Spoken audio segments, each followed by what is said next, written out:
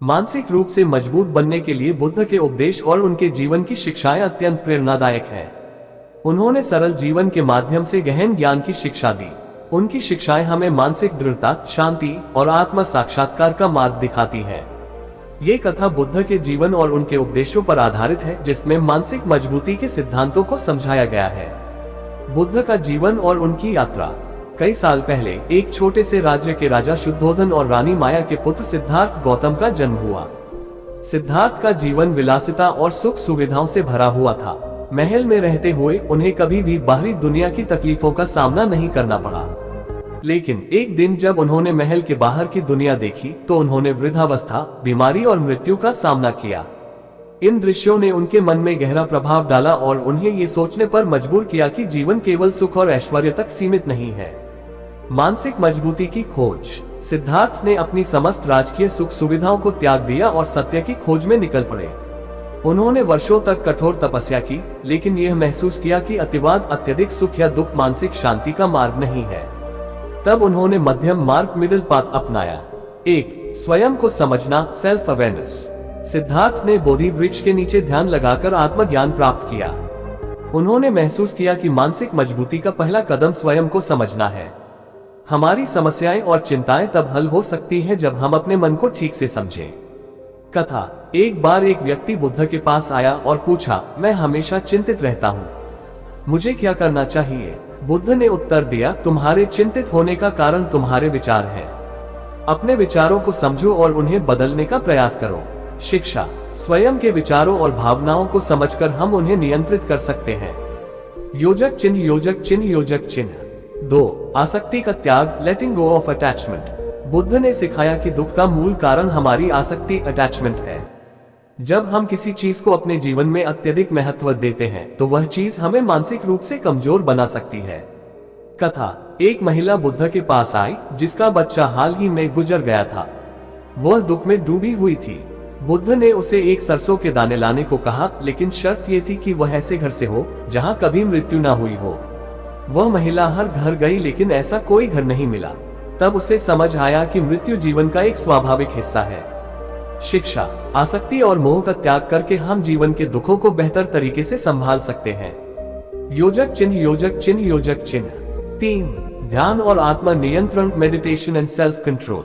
बुद्ध के अनुसार ध्यान, मेडिटेशन मानसिक मजबूती के लिए सबसे महत्वपूर्ण साधन है। ध्यान के माध्यम से हम अपने मन को शांत और केंद्रित कर सकते हैं। कथा। एक बार बुद्ध ने अपने शिष्यों को एक मटकी में पानी लाने को कहा। मटकी का पानी गंदा था। बुद्ध ने उन्हें पानी को स्थिर रहने दिया। कुछ देर बाद गंदगी नीचे बैठ गई और पानी साफ हो गया।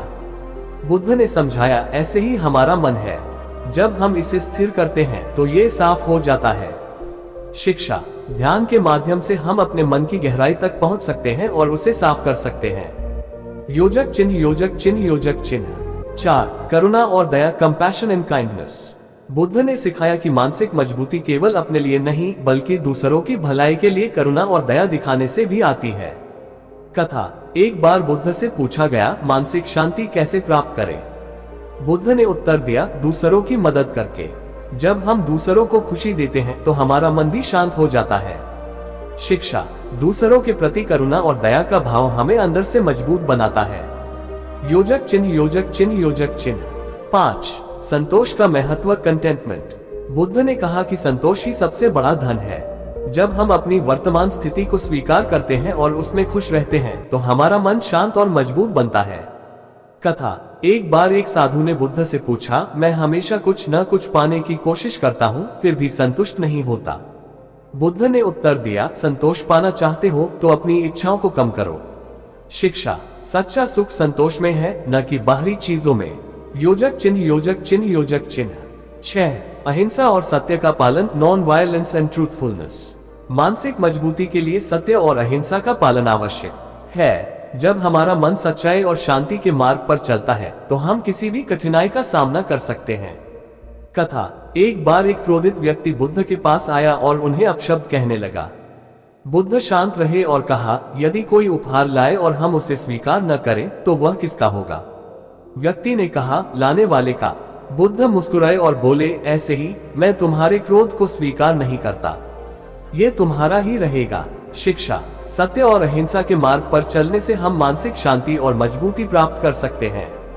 योजक चिन्ह, योजक चिन्ह, योजक चिन्ह। 7. मृत्यु का भय छोड़ना, overcoming the fear of death. Buddha ने सिखाया कि मृत्यु जीवन का एक स्वाभाविक हिस्सा है। इसे स्वीकार करना मानसिक मजबूती का एक महत्वपूर्ण हिस्सा है।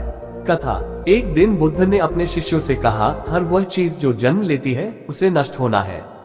जीवन का सत्य यही है, इसे स्वीकार करो और आगे बढ़ो।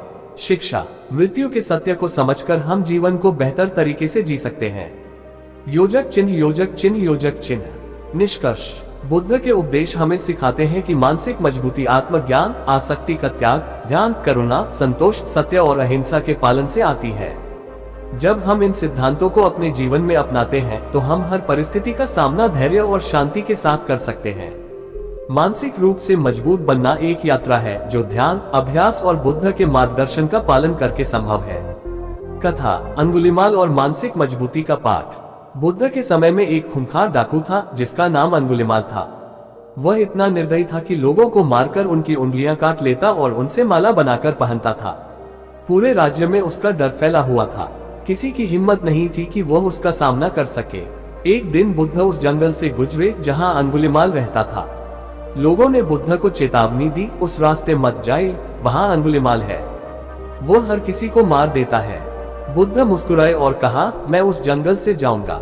बुद्ध शांत मन से जंगल में गए। जब अंगुलिमाल ने बुद्ध को देखा तो वह उन्हें मारने के लिए दौड़ा, लेकिन जैसे ही वह बुद्ध के पास पहुंचा कुछ अजीब हुआ। उसने देखा कि बुद्ध बिना किसी डर के खड़े थे, उनकी आंखों में गहरी करुणा थी। अंगुलिमाल ने कहा, क्या तुम मुझसे डरते नहीं?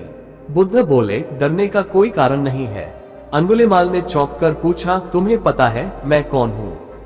बुद्ध ने कहा, हाँ, मैं जानता हूँ कि तुम कौन हो, लेकिन तुम इस हिंसा के रास्ते पर क्यों चल रहे हो? क्या तुम्हारा मन शांत है? अंगुलिमाल ने उत्तर दिया, मैं कभी शांत नहीं रह पाता, मेरे अंदर हमेशा गुस्सा और बेचैनी रहती है। बुद्ध ने मुस्कुराते हुए कहा, तुम्हें मानसिक मजबूती चाहिए। अगर तुम इस गुस्से और हिंसा का त्याग कर दो तो तुम खुद को मजबूत महसूस करोगे। ये सुनकर अंगुलिमाल ने बुद्ध से पूछा, लेकिन मैं इतना बुरा काम कर चुका हूँ, क्या मेरे लिए कोई रास्ता है? बुद्ध ने कहा, हर किसी के लिए रास्ता है अगर वह सच्चे दिल से बदलना चाहे। अंगुलिमाल ने बुद्ध के चरणों में गिरकर माफी मांगी और अपने जीवन का त्याग कर एक साधु बन गया। उसने ध्यान, दया और करुणा का अभ्यास किया। धीरे धीरे वह इतना शांत और दयालु बन गया कि जो लोग कभी उससे डरते थे वे अब उसकी शिक्षाओं से प्रेरणा लेने लगे। शिक्षा। 1. मानसिक मजबूती का सबसे बड़ा आधार है अपने बुरे कर्मों को पहचानना और उन्हें सुधारने का साहस रखना। 2.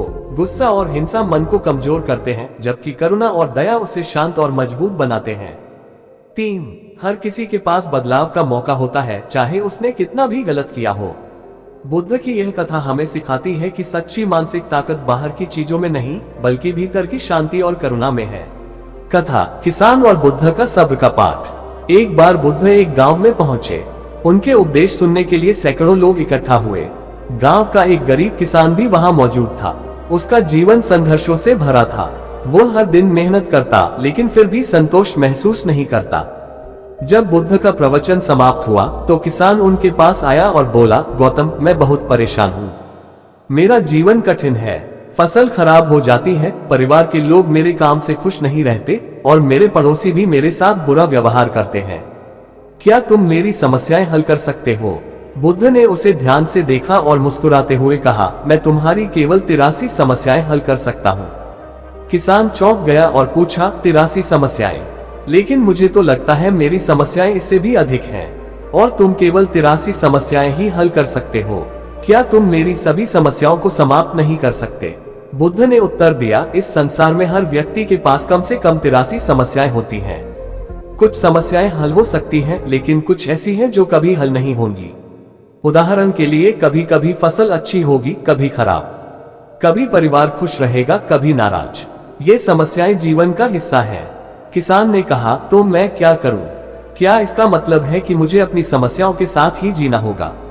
बुद्ध ने उत्तर दिया, तुम्हारी 84वीं समस्या यह है कि तुम इन 83 समस्याओं से छुटकारा पाना चाहते हो। जब तुम ये समझ लोगे कि समस्याएं जीवन का स्वाभाविक हिस्सा है और उनसे परेशान होना छोड़ दोगे तो तुम्हारा मन शांत हो जाएगा। किसान ने बुद्ध की बात पर विचार किया और महसूस किया कि उसकी असली परेशानी यह नहीं थी कि समस्याएं थीं, बल्कि यह थी कि वह उनसे बचने की कोशिश कर रहा था। शिक्षा 1। जीवन में समस्याएं स्वाभाविक हैं। मानसिक मजबूती का अर्थ यह नहीं है कि समस्याएं खत्म हो जाएं, बल्कि यह है कि हम उनसे प्रभावित होना छोड़ दें। 2। समस्याओं को स्वीकार करना ही मानसिक शांति की ओर पहला कदम है। 3। असली समस्या यह है कि हम जीवन को उसकी प्रकृति के अनुसार स्वीकार नहीं करते। जब हम इसे समझ जाते हैं तो जीवन आसान हो जाता है। इस कथा से हमें ये समझने को मिलता है कि मानसिक रूप से मजबूत बनने के लिए हमें जीवन की अनिश्चितताओं को स्वीकार करना चाहिए और उनसे परेशान होने की बजाय समाधान की ओर बढ़ना चाहिए। अगर आपको ये कहानी और इसके संदेश पसंद आए तो इसे लाइक करें, शेयर करें और हमारे चैनल को सब्सक्राइब करना न भूलें।